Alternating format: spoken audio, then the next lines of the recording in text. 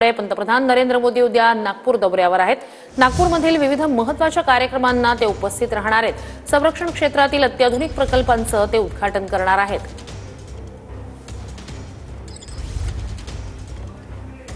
सकाळी 8:30 वाजता पंतप्रधान मोदींचं नागपूर विमानतळावर आगमन होणार।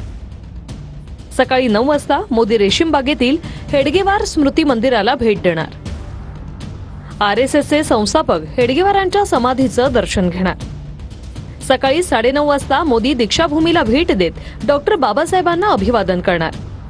सकाळी 10 वाजता माधव नेत्रालयाच्या कार्यक्रमाला उपस्थित राहणार।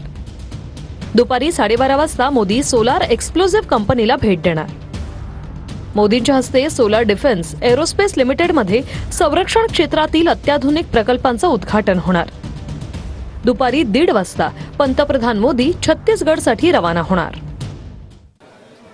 माननीय प्रधानमंत्री उद्या 9 वाजता नागपूरला येत आहे।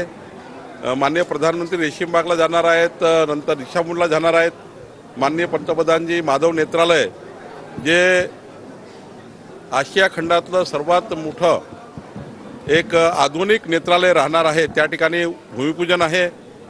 आणि माननीय पंतप्रधानाच्या या दौऱ्यामध्ये खऱ्या अर्थाने नागपूर नगरी सजलेली आहे। 47 चौकामध्ये आम्ही स्वागत करणार आहोत।